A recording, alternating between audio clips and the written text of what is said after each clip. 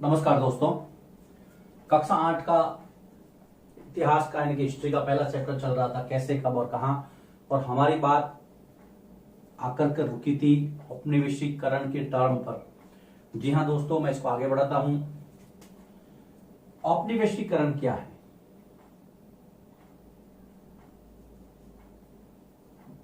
औपनिवेशीकरण, जिसको हम यहां पर अंग्रेजी में कहेंगे कॉलोनियलिज्म। औपनिवेशीकरण के अंदर मूल शब्द जो है वो उपनिवेश है, कॉलोनी। मूल शब्द है मित्रों उपनिवेश, जिसको कहा गया है कॉलोनी, और कॉलोनी से बना है कॉलोनियलिज्म। अंग्रेजों ने अनेक राष्ट्रों पर अपना अधिकार किया था, वहां के आर्थिक संसाधनों पर कब्जा जमाया था। कहते हैं उनके साम्राज्य में कभी सूरज अस्त नहीं होता था। इसका मतलब यही था कि लगभग सभी देश उनकी गिरफ्त में थे, और गिरफ्त में भी किस पर्पज से कि उनके जो इकोनॉमिकल रिसोर्सेज है उनका दोहन कैसे किया जाए।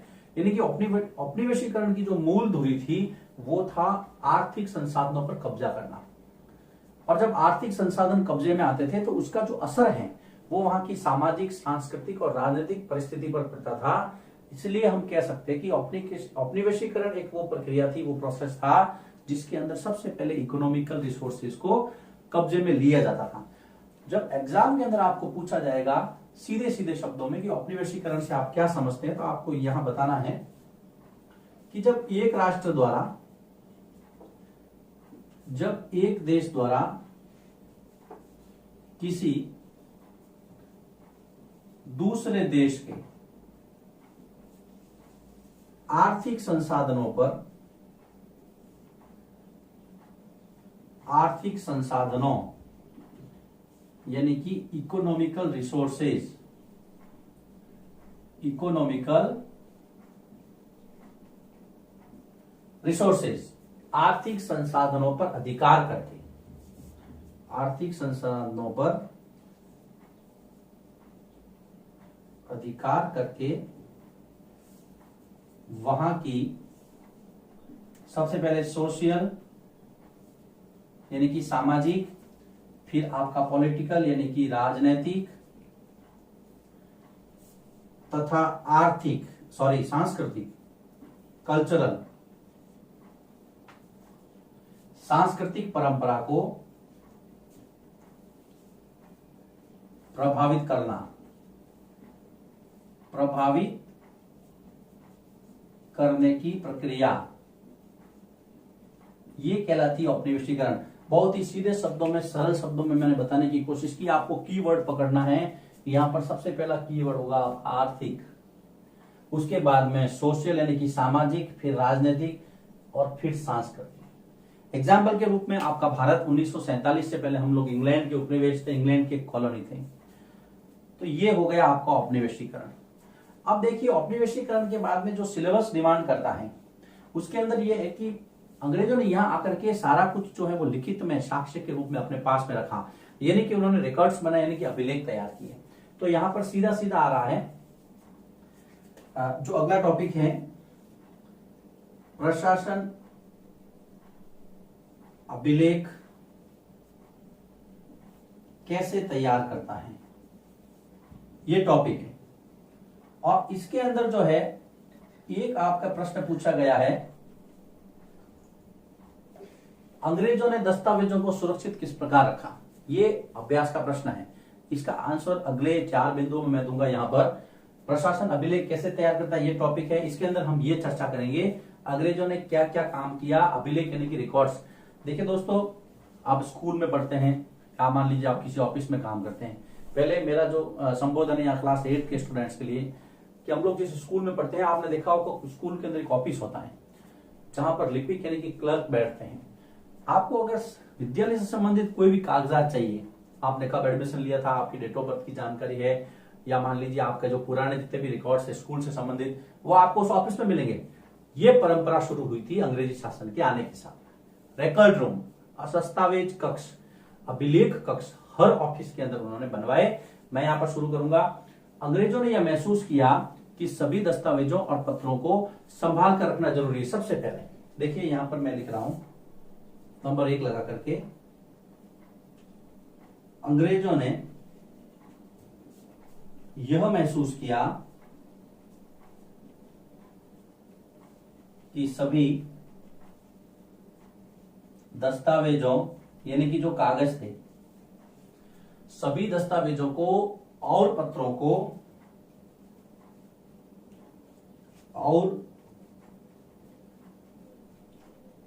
को संभाल कर रखना जरूरी है, संभाल कर रखना जरूरी है, एसेंशियल है। आप सभी जितने भी रिकॉर्ड से आपके कागज है, आज भी हम ये डिमांड करते हैं कि कागज जितने भी उसको संभाल कर रखो, क्या पता कौन सा कागज कहां काम आ जाए। ये अंग्रेजों ने उस समय की जो सोच थी उनकी, उसको लेकर के उन्होंने रिकॉर्ड रूम बनवाए। तो सबसे पहले उन्होंने ये सोचा कि जो कागज है उनको संभाल के रखना जरूरी। उसके बाद में उन्होंने सभी संस्थान, जितने भी संस्थान में, उनमें अभिलेख कक्ष बनवाए। उन्होंने यहां पर यानी कि अंग्रेजों ने, उन्होंने जितने भी वहां पे सरकारी संस्थान थे, उन्होंने सभी सरकारी संस्थानों में अभिलेख कक्ष बनवाए। अभिलेख कक्ष यानी कि रिकॉर्ड रूम, अभिलेख कक्ष यानी कि रिकॉर्ड रूम बनवाए। ये दूसरा यहां पर। अब हम आगे बात करते हैं, अब वो कौन कौन से सरकारी दफ्तर थे। यहां पर मैं लूंगा तीसरा, आप हम तहसील स्तर से शुरू करते हैं। तहसील कार्यालय,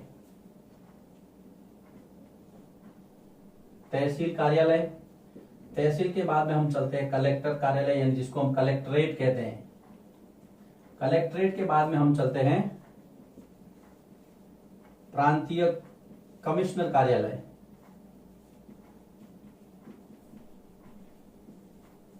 सॉरी यहां पर प्रांतीय नहीं है, कमिश्नर कार्यालय, कमिश्नर कार्यालय। इसको मैं यहां पर थोड़ा सा साफ कर देता हूं। सबसे पहले उन्होंने देखो तहसील, कलेक्ट्रेट, कमिश्नर ऑफिस, प्रांतीय सचिवालय, प्रांतीय सचिवालय, जितनी भी कचहरियां थी यानी कि कोर्ट थे, कचहरी आदि के अंदर अभिलेख रूम बनवाए। देखिए आपको कंफ्यूज नहीं होना है। अभिलेख कक्ष, प्रश्न ये है कि उन्होंने जो रिकॉर्ड्स थे, जो दस्तावेज थे, उसको किस प्रकार सुरक्षित रखा। ये सब लिखने का मेरा उद्देश्य है कि आपका जो आंसर राइटिंग का जो स्क्रिप्ट है वो आप तैयार करें, क्योंकि एग्जाम के अंदर जब आप लिखने के लिए जाएंगे तो आपके माइंड में एक फिल्म बननी चाहिए, एक पिक्चर बननी चाहिए। अब वो कैसे बनेगी, प्रश्न क्या है, दस्तावेजों को कैसे सुरक्षित रखा। तो सबसे पहले उन्होंने महसूस किया, महसूस करने के बाद में सरकारी संस्थानों की तरफ ध्यान दिया। सरकारी संस्थानों में कौन कौन से संस्थान थे, अब यहां पर तो बनवा दिए, लेकिन इसके अलावा क्या क्या किया उन्होंने, ये चौथा और अंतिम बिंदु है इस उत्तर का। उन्होंने महत्वपूर्ण दस्तावेजों को सुरक्षित रखने के लिए अभिलेखागार बनवाए। और जो दूसरे महत्वपूर्ण दस्तावेज थे, उन्होंने महत्वपूर्ण दस्तावेजों को सुरक्षित रखने हेतु अभिलेखागार, 7th क्लास में हमने इसके ऊपर चर्चा की थी, आर्काइव बनवाए। अगर आपने इन चारों बिंदुओं के तहत उस प्रश्न का जवाब दिया है, आपको कहीं भी इसके अंदर मार्क्स कटेंगे नहीं। दूसरी बात, आपके माइंड के अंदर इसका अंडरस्टैंडिंग फिक्स हो जाएगा कि हाँ ये प्रश्न क्या डिमांड कर रहा है, मुझे उत्तर क्या देना है। देखिए गलती यही होती है, प्रश्न कुछ और पूछ रहा है, हम कुछ और जवाब दे देते हैं। इसलिए मैंने देखिए इसको क्रम से लिया है और कहीं भी लिखने में कंजूसी नहीं की मैंने, तो आप भी नहीं करेंगे। मैंने आपको पहले भी बताया था, जब आप वीडियो देखेंगे अपना रजिस्टर अपने पास में रखेंगे, उसको नोट डाउन करते रहेंगे और इसको समझना है। अगर आप कहीं भी कंफ्यूज है आपको, तो आप जो हमने नंबर दिया है उस पर आप हमें क्वेश्चन पूछ सकते हैं, जिसका उत्तर आपको प्रॉपर उसी ग्रुप में मिल जाएगा। अब ये देखिए ये हो गया। उसके बाद में हाँ, अभिलेखागार की जब बात आती है तो 1920 के दशक में, 1920 के डिकेड में नई दिल्ली में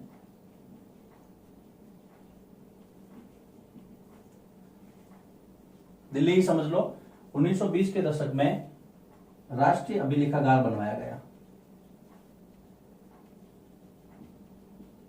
जिसको बनाने का उद्देश्य यही था कि जितने भी सारे महत्वपूर्ण दस्तावेज और रिकॉर्ड्स हैं वो यहाँ पे सुरक्षित रखे। राष्ट्रीय अभिलेखागार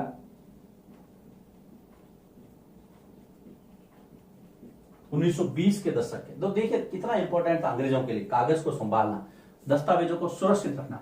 उसके बाद में अंग्रेजों की जो दूसरी पॉलिसी थी जहां पर उन्होंने सबसे ज्यादा ध्यान दिया वो थी दोस्तों सर्वेक्षण, यानी कि सर्वे करना। अब सर्वे किसी भी प्रकार का हो सकता है, सर्वे रेवेन्यू से संबंधित हो सकता है, राजस्व का सर्वे, आपके मिट्टी का हो सकता है, सर्वे फसलों का हो सकता है, सर्वे कई तरह के होते हैं, जनसंख्या का सर्वे हो सकता है। देखिए सर्वे करने का उद्देश्य यह था प्रशासन को, अगर आपको चुस्त और दुरुस्त, यानी कि सर्वेक्षण का उद्देश्य क्या था, प्रशासन को सही ढंग से यदि चलाना है तो आपको सर्वे करना पड़ेगा। हम इसको एक एग्जांपल से समझ सकते हैं। मान लीजिए आपको कृषि को महत्व देना है, तो कौन सी खेती किस जमीन पर अच्छी होगी उसके पहले आपको सर्वेक्षण लेना पड़ेगा। हमने मध्यकाल में भी पढ़ा था 7th क्लास में कि राजा जो टोडरमल था, अकबर का जो नवरत्न था टोडरमल, उसने 10 साल प्रबंध के तहत भूमि का वगैरह सर्वेक्षण करवाया था। वही चीज है, सर्वे बहुत जरूरी। तो अंग्रेजों ने सर्वे करवाया, रेवेन्यू सर्वे, कहां पे कितना टैक्स लगाना है, कहां पे कैसी मिट्टी है, फसलें कैसी है। इस यहां पर हम ले सकते हैं वनस्पति सर्वेक्षण, फूल पत्तियों का, पेड़ पौधों का, इसके अंदर वनस्पति में पेड़ पौधे आ जाएंगे। मतलब कहने का मतलब ये है कि अंग्रेजों ने सर्वे की तरफ ध्यान दिया, और इसमें सर्वे के अंदर एक जो चीज सबसे इंपॉर्टेंट आती है वो आती है जनगणना, जिसको हम कहते हैं सेंसस।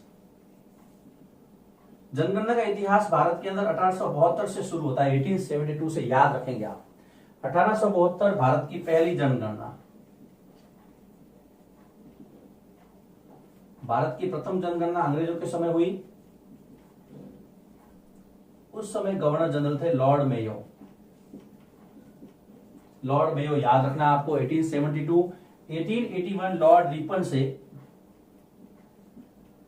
लॉर्ड रिपन के समय से नियमित जनगणना होने लगी। नियमित जनगणना हुई, और पिछली जो जनगणना हुई थी वो 2011 को हुई थी, और आएगी अभी 2021 के अंदर। ये प्रति 10 वर्ष में होती है, याद रखना। जनगणना यानी कि सेंसस जो है, जिसको आप गुजराती में बस्ती गणतरी कहते हैं, वो आपके हर 10 वर्ष में होगी। सबसे पहले लॉर्ड मेयो के समय हुई थी 1872 में, उसके बाद 1881 लॉर्ड रिपन के समय से इसको कंटिन्यू किया गया। अब जनसंख्या या जनगणना में होता क्या, देखिए इसके अंदर स्त्री पुरुषों की संख्या कितनी है वो गिनते हैं, लोग किस जाति से संबंध रखते हैं, लोगों का व्यवसाय क्या है, लोगों की आय कितनी है, लोगों में शिक्षा कितनी है, ये सारी चीजें जनगणना के आंकड़े आते हैं। उसी के आधार पर आपकी जो सरकार है वो योजना बनाती है, यानी कि ये एक तरह का सर्वेक्षण है जनगणना। इसलिए कहा कि सर्वेक्षण कितना इंपॉर्टेंट है। तो ये छोटा सा टॉपिक था, इसका क्विक रिवीजन ले लेता हूं मैं फटाफट। सबसे पहले हमने देखा औपनिवेशीकरण क्या है, कि जब एक देश द्वारा किसी के आर्थिक संसाधनों पर अधिकार करके वहां की सोशली, वहां की पॉलिटिकली, वहां की कल्चरली जो रिचुअल्स होते हैं, परंपराएं, कस्टम्स होते हैं, उनको प्रभावित करते हैं। मान लीजिए भारत में कई परंपराएं उस समय लागू थी, अंग्रेजों ने आकर के यहाँ के आर्थिक संसाधनों पे कब्जा किया, तो ऑटोमेटिकली जो है दूसरी जितनी भी परंपराएं थी वो प्रभावित होने लगी।